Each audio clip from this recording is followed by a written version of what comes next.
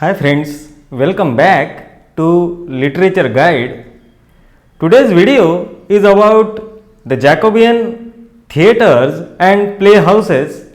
I have covered all the major theatres and playhouses of the Jacobean era in this video. For example, there is information about the Red Bull Theatre, which was built in 1604, and this theatre was an outdoor theatre, and that's why it was cheaper than the Blackfriars Theatre and the Cockpit Theatre. It is said that the Red Bull Theatre caught fire in the Great Fire of London, but no concrete proof is available about its demise. The Red Bull Theatre was of square shape like the Fortune Theatre. Another theatre which was built in 1613 was the Hope Theatre. It was primarily used for the play performances and animal sport. It was located in Southwark, London, and Philip Henslow was the owner of this theatre. The Hope Theatre was primarily used for animal sport and play performances. The Cockpit Theatre was a place for the cockfighters during the reign of Henry VIII. The old building was transformed into a theatre by Christopher Beeston. The Cockpit Theatre has also been called the Phoenix Theatre because of the sudden transformation in its look. The Cockpit Theatre was smaller than the Blackfriars Theatre and more expensive than the Red Bull Theatre. The Cockpit Theatre was erected in 1616. The Salisbury Court Theatre was located between the Fleet Street and Thames River in London. The Salisbury Court Theatre was built in 1629 and it was an indoor theatre like the Cockpit and the Blackfriars. The Salisbury Court Theatre served the elite class of society and it was erected by Richard Gunnell and William Blackgrave. If you really like the videos produced by this channel, do like and subscribe Literature Guide so that this channel will continue producing useful videos for you in future also. I don't want to waste your time. Let's dive into the video and enjoy the video.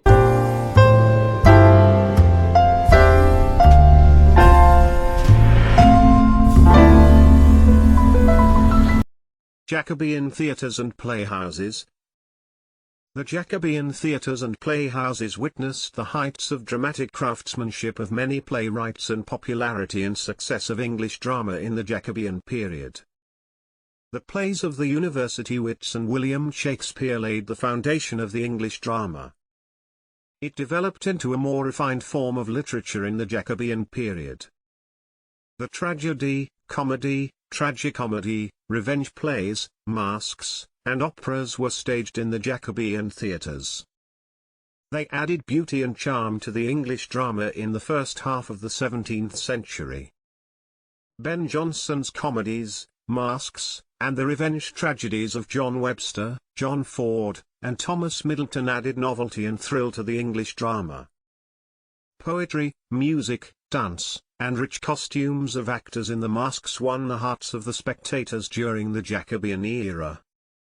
Many theatre companies gained popularity. They performed at various theatres of the time till 1642. Though the performances of plays were suppressed by the Ordinance of 1642, plays were illegally presented during the Commonwealth period from 1649 to 1660. When the Civil War broke out, the Parliament passed an ordinance in 1642, and playhouses were not allowed to host public performances of plays for nearly 18 years. Many theatres were raided, dismantled and demolished. Some theatre companies continued to perform at the Red Bull Theatre, the Fortune, the Cockpit, and the Salisbury Court Theatres in defiance of the Ordinance of 1642. It was with the restoration of the Stuart monarchy in 1660, the theatres and playhouses again flourished. The Red Bull Theatre was an outdoor amphitheatre built in 1604 in an inn-yard in Clerkenwell, London. Despite the suppression of plays by the Ordinance of Parliament in 1642, the Red Bull Theatre continued to host plays till 1665. Many plays were illegally hosted at the Red Bull Theatre. After the Restoration, the Red Bull Theatre became a legitimate site for performances of plays. It is said that the Red Bull Theatre caught fire in the Great Fire of London, but there is no solid proof available. The Red Bull Theatre had a square-shaped structure like the Fortune Theatre. It was known for performances hosted at low prices compared to fare of the indoor Cockpit Theatre. The Earl of Worcester's company was active in the provinces under Queen Elizabeth's reign. It continued to serve the public even in the Jacobean era. It was known as the Queen Anne's Company in the Jacobean period. It was administered by its member and manager Christopher Beeston. The Queen Anne's Company leased the Red Bull Theatre in 1605. After Queen Anne's death in 1618, it stopped its activities as a London company. But some members such as Richard Perkin and Ellis Worth were still active at the Red Bull Theatre. They obtained a patent as players of the revels. Thomas Dekker's play, If This Be Not a Good Play, The Devil Is in It, was presented at the Red Bull Theatre by Queen Majesty's servants in 1611-12. Another play, The Late Murder in Whitechapel or Keep the Widow Waking of Thomas Dekker, appeared at the Red Bull in 1624. It was performed by Charles Men. Thomas Hayward's two-part chronicle play, If You Know Not Me, You Know Nobody, or The Troubles of Queen Elizabeth, was performed at the Red Bull by the Queen's Men. It deals with the life and reign of Queen Elizabeth I. John Webster's revenge tragedy, The White Devil, was presented at the Red Bull about 1611-12 by the Queen's Men. Thomas Dekker and Philip Massinger's play, The Virgin Martyr, was acted by the Revels Company at the Red Bull Theatre in 1620. Many theatres were pulled down by the Ordinance of the Parliament in 1642. Playhouses were raided, actors were imprisoned for illegal performances, and the spectators were fined. The Red Bull Theatre was still illegally hosting plays. It was raided by the soldiers in 1649, the actors were imprisoned and lords, ladies and gentlewomen had to pay penalties. The Red Bull was again raided in 1655 by the soldiers. The spectators had to pay 5 shillings or leave some clothing behind for watching the performance. John Fletcher's play Wit Without Money was not approved for performance at the Red Bull in 1654. The Red Bull Theatre hosted many plays of dramatists during the Commonwealth period and after the Restoration in 1662. Some full-length plays were at times revived, like John Fletcher's Wit Without Money. But it was easier to stage selected scenes from plays under new and altered titles even in the time of suppression of stage performances. In 1613-14, a new theatre known as the Hope was erected on Bankside in Southwark.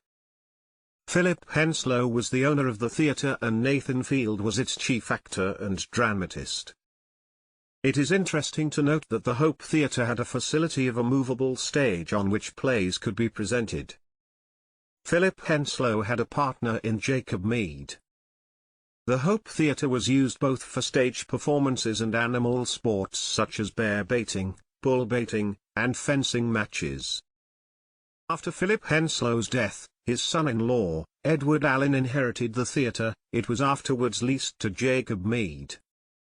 Ben Jonson's famous comedy, Bartholomew Fair was performed at the Hope Theatre by the Lady Elizabeth's Company in 1614. In 1642, performances of plays and animal sport were not allowed during the Puritan regime. The Hope Theatre was demolished in 1656.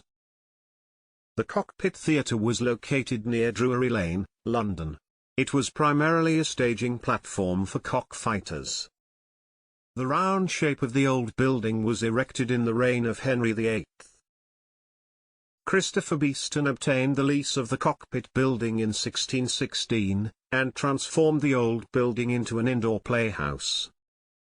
In 1617, the angry rioters broke into the Cockpit, damaging the building, playbooks, equipments and expensive costumes of the actors. The Cockpit Theatre was again renovated by Christopher Beeston with great zest. It changed the countenance of the Cockpit Theatre after the mob attack. The sudden transformation of the Cockpit Theatre might have given it a new name as the Phoenix Theatre. The Cockpit Theatre was on the outskirts of the City of London. It was smaller than the Blackfriars Theatre and more expensive than the Red Bull Theatre. It is said that the plan of the Cockpit Theatre was drawn by Inigo Jones. The Cockpit Theatre was an indoor theatre, whereas the Red Bull was an outdoor playhouse as an amphitheatre. It was Queen Anne's company shifted to the Cockpit Theatre in 1617. The plays could be performed in the winter season at the Cockpit, and in the summer season plays could be acted at the outdoor theatres like the Red Bull. During this period, the Blackfriars Theatre was occupied by the King's men. Soon the Cockpit Theatre gained popularity and success. It became rendezvous for the Queen Anne's company between 1617 and 1619. After Queen Anne's death in 1619, the company had to end their activities as a London company. It was replaced by Prince Charles' men from 1619 to 1622.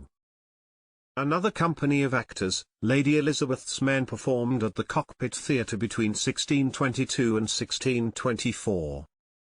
Prince Charles's men and Lady Elizabeth's men worked in collaboration for some time. Queen Henrietta's men had also performed at the Cockpit Theatre between 1625 and 1636. It was in 1642, ordinance was passed by the Parliament for closing down the theatres under Commonwealth. As a result, the chief theatres were pulled down.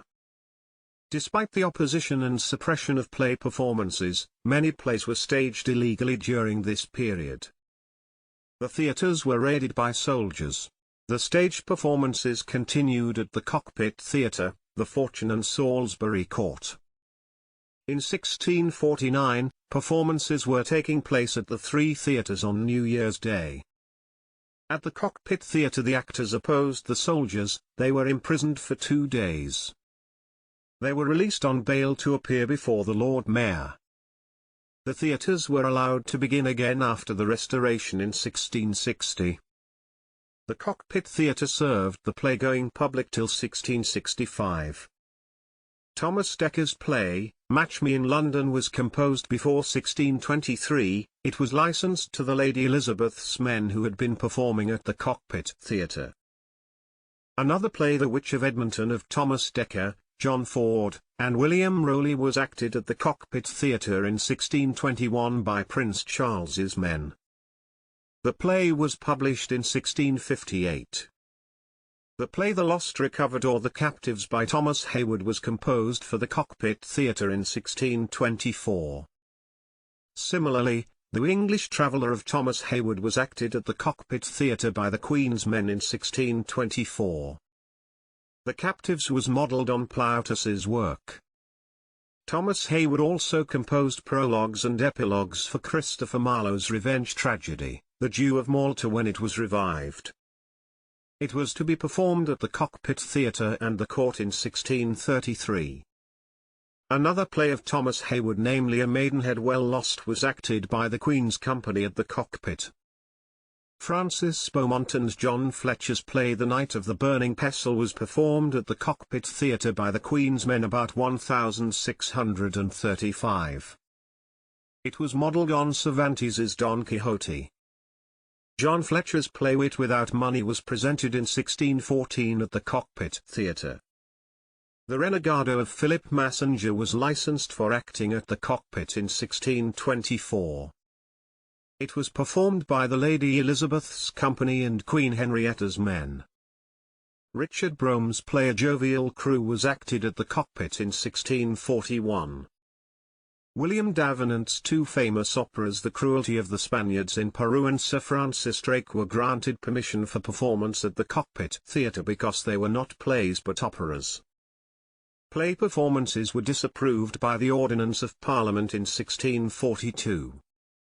The Cockpit Theatre was also known as the Phoenix Theatre, probably because of its renovation at the hands of Christopher Beeston. It was located in the middle of the area. The Phoenix Theatre hosted many plays. Thomas Middleton and William Rowley's play The Spanish Gypsy was presented at the Phoenix Theatre by the Lady Elizabeth's Company about 1623. Philip Massenger's play The Maid of Honour was acted at the Phoenix by the Queen's Men between 1625 and 1632. Philip Massenger's play Great Duke of Florence was performed by the Queen's Men at the Phoenix in 1627. Another play The City Madam of Massenger was acted by the King's Men at the Phoenix Theatre in 1632. John Ford's play Love's Sacrifice was presented at the Phoenix by Queen Henrietta's Men in 1633. James Shirley's The Witty Fair One was acted at the Phoenix by Queen's Men in 1626. Another play of Shirley, namely, Hyde Park, appeared at the Phoenix in 1632. James Shirley and George Chapman's play The Ball was performed at the Phoenix in 1632 by the Queen's Men. Similarly, Shirley's play A Lady of Pleasure was presented by the Queen's Men at the Phoenix in 1635. James Shirley's tragicomedy The Wedding was presented at the Phoenix Theatre by the Queen's Men in 1629. The Gamester, a play by James Shirley, appeared at the Phoenix Theatre about 1633, it was performed by the Queen's Men. Another plays of Shirley, namely, The Young Admiral and The Example, were acted at the Phoenix Theatre about 1633-34. The Porter's Hall Theatre was erected by Philip Rossiter in Blackfriars, London in 1616. It was comparatively small in form and size. Philip Rossiter was a manager of the Queen's Revels Company. The Porter's Hall Theatre was licensed in 1615. It attracted many companies of actors such as the Queen's Revels, Prince Charles's Men, and Lady Elizabeth's Company. Nathan Field's play Amends for Ladies was performed at the Porter's Hall Theatre in 1617. It must have been probably written and acted before 1612 by the Lady Elizabeth's Company, though the quarto of the play did not appear till 1618. The Salisbury Court Playhouse in Whitefriars was located between the River Thames and Fleet Street. It was erected in 1629 by Richard Gunnell and William Blagrave. It was an indoor theatre like the Blackfriars and the Cockpit Theatres. It served an elite class of society. There is little information available about its structure. The Salisbury Playhouse was under the control of the actor and manager, Richard Heaton, after the death of Richard Gunnell in 1634. The theatre became a centre of the King's Revels Company, Prince Charles's Men, and Queen Henrietta's Men. The Salisbury Court Theatre was the last of the theatres built before the Ordinance of Parliament of 1642. The King's Revels, or the Children of the Revels, was the first company to occupy the new Salisbury Court Playhouse. George Chapman's comedy, Sir Giles Goosecap, Night, was presented at the Salisbury Court in 1636. Thomas Middleton and William Rowley's play, The Spanish Gypsy, was acted at the Salisbury Playhouse in 1623 and before Prince Charles at Whitehall in the same year. Richard Brome produced some plays for the Salisbury Court Theatre. Richard Brome's play The Asparagus Garden was performed by the King's Revels Company at the Salisbury Court in 1635.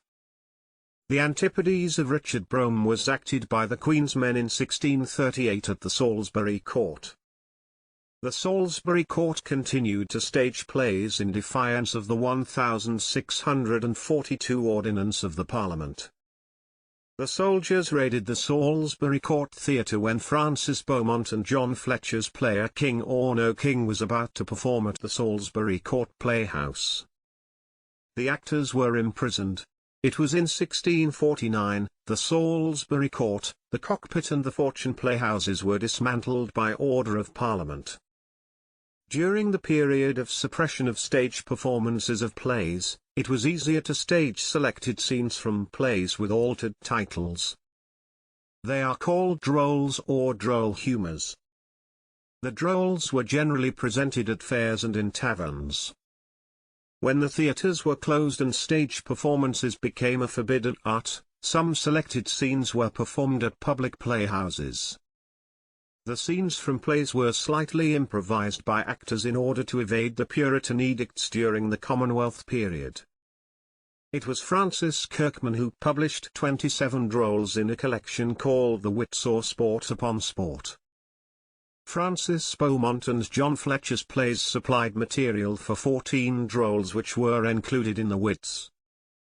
The Encounter is an adaptation from The Knight of Burning Pestle, The Testy Lord from The Maid's Tragedy and The Clubman was from Philaster. Robert Cox, an actor, played a vital role in them.